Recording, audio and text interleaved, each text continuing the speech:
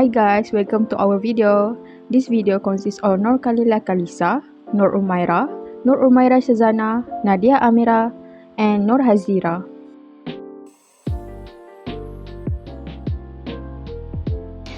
Let's start with the introductions. Hplc utilizes a liquid mobile phase to separate the components of a mixture.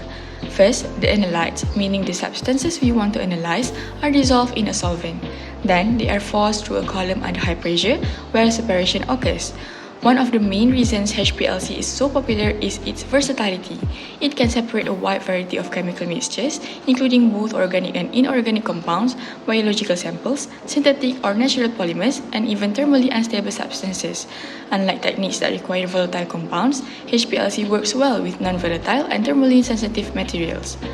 HPLC offers several key advantages too. First, it provides greater sensitivity due to the use of various detectors, allowing even small amounts of a substance to be identified and quantified. Second, the columns used in HPLC are usable, making it cost-effective for multiple analyses.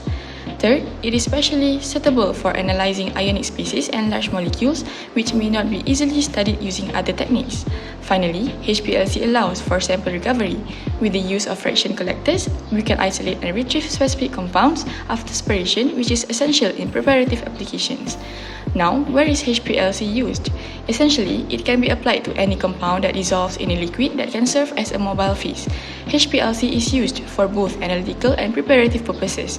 In analytical applications, it helps identify and quantify compounds in a mixture, while in preparative applications, it allows for the purification of compounds, whether in small or large quantities. Some common applications of HPLC include the analysis of sugars, lipids, amino acids, and vitamins. These applications are critical in industries such as pharmaceuticals, environmental monitoring, and food safety.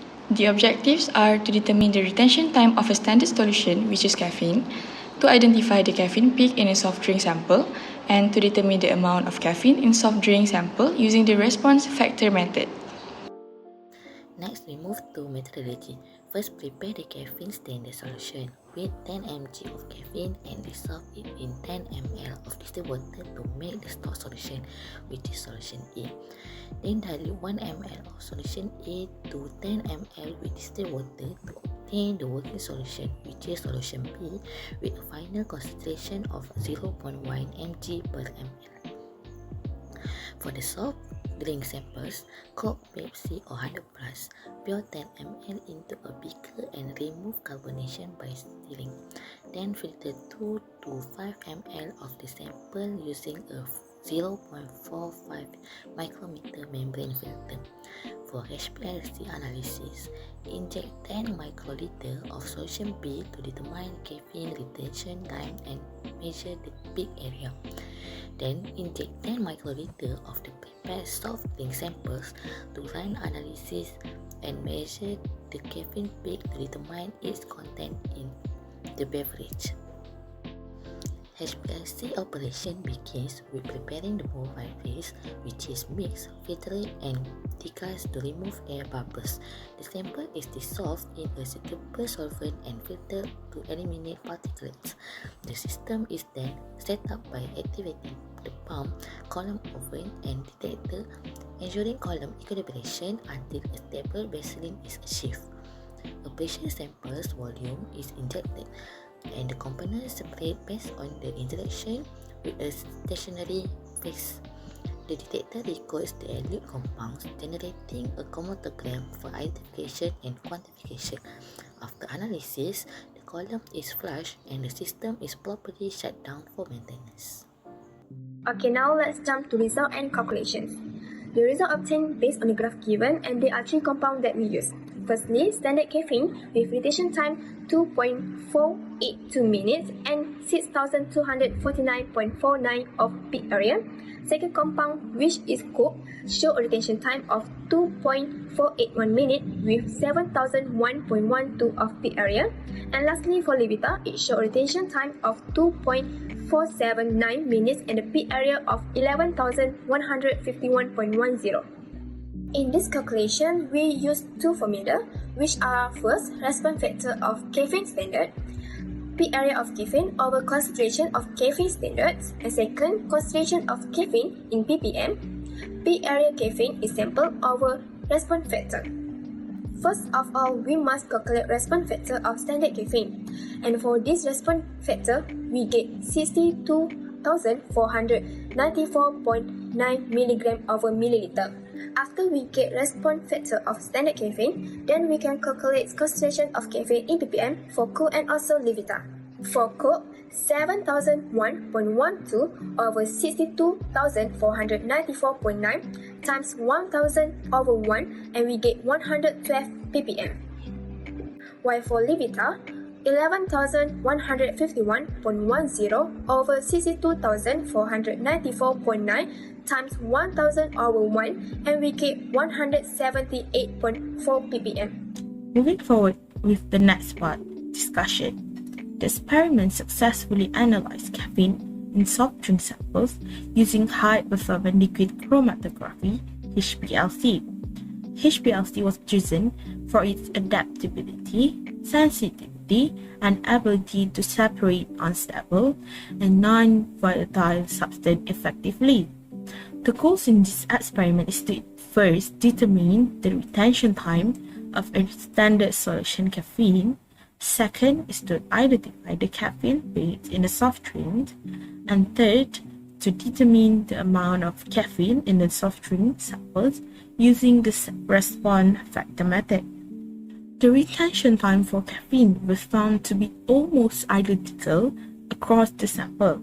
The standard caffeine solution had a retention time of 2.482 minutes, while Coke and Levita had retention time of 2.481 minutes and 2.479 minutes respectively.